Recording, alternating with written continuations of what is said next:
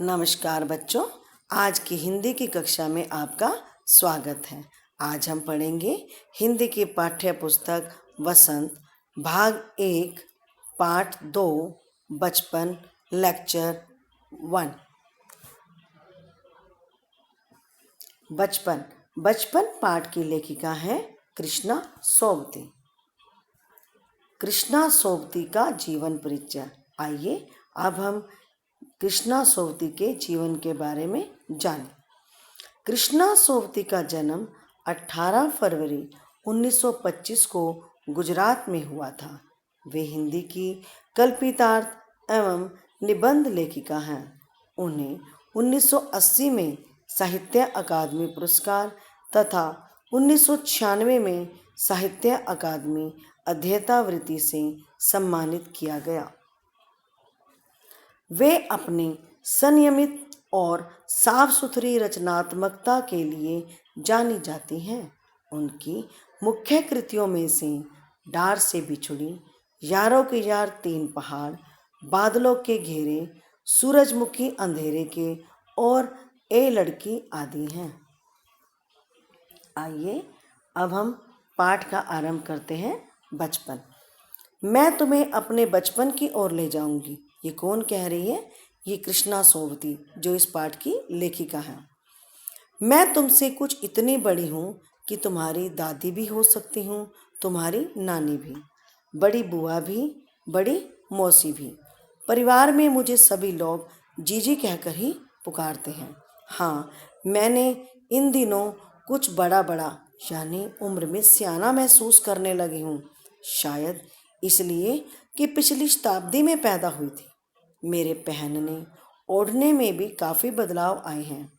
पहले मैं रंग बिरंगे कपड़े पहनती रही हूँ, नीला, जामुनी, ग्रे, काला, चॉकलेटी।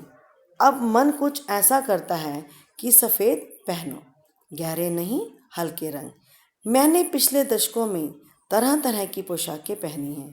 पहले फ्रॉक, फिर निक्कर वॉकर, स्कर्ट, लहंगे, गरारे और अब चूड़ीदार और घेरदार कुर्ते। बचपन के कुछ फ्रॉक तो मुझे अब तक याद हैं।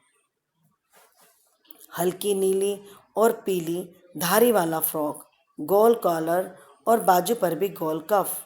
एक हल्के गुलाबी रंग का बारीक चुन्नटों वाला घेरदार फ्रॉक, नीचे गुलाबी रंग की फ्रिल। उन दिनों फ्रॉक के ऊपर की जेब में रुमाल और बालों में इतराते रंग बिरंगे रिबन का चलन था। लेमन कलर का बड़े प्लेटों वाला गरम फ्रॉक जिसके नीचे फर टकी थी।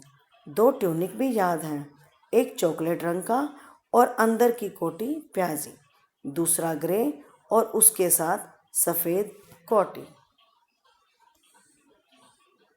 मुझे अपने मोज़े और स्टॉकिंग भी याद हैं। बचपन में हम अपने मोज़े खुद धोने पड़ते थे। वह नौकर या नौकरानी को नहीं दिए जा सकते थे, इसकी सख्त मनाही थी, यानी कि अपना काम खुद करते थे। हम बच्चे इतवार की सुबह इसी में लगाते। धो लेने के बाद अपने अपने जूते पॉलिश करके चमकाते। जब जूते कपड़े या ब्रश से रगड़ते तो पॉलिश की चमक उभरने लगती। सरवर, मुझे आज भी बूट पॉलिश करना अच्छा लगता है। हालांकि अब नई नई किस्म के शू आ चुके हैं। कहना होगा कि ये पहले से कहीं ज़्यादा आरामदेह हैं। हमें जब नए जूते मिलते उसके साथ ही छालों का इलाज शुरू हो जाता। जब कभी लंबी सैर पर निकलते अपने पास रुई जरूर रखते। जूता लगा तो रुई मोजे के अंदर। हाँ, हमारे तुम्हारे बचपन में तो बहुत फ़र्क हो चुका। हर शनिवार को हम ऑलिव ऑयल या कैस्टर ऑयल पीना पड़ता। यह एक मुश्किल काम था। शनिचर को सुबह से ही नाक में इसकी गंध आने लगती। छोटे शीशे के गिलास जिन पर ठीक खुराक के निशान पड़े रहते, उन्हें देखते ही मितली होने लगती। मितली अर्थात उल्टी आने लगती थी। मुझे आज भी लगता है कि अगर हम न भी पीते वह शनिवारी दवा तो कुछ ज़्यादा बिगड़ने वाला नहीं था, सेहत ठीक ही रहती। तुम्हें बताऊंगी कि हमारे समय और तुम्हारे समय में कितनी दूरी हो चुकी है। यहाँ तक कि बचपन की दिलचस्पियाँ भी बदल गई हैं। तो बच्चों, आज हमने पढ़ा पाठ 2 बचपन। इसका शेष भाग हम दूसरे वीडियो में पढ़ेंगे। धन्यवाद।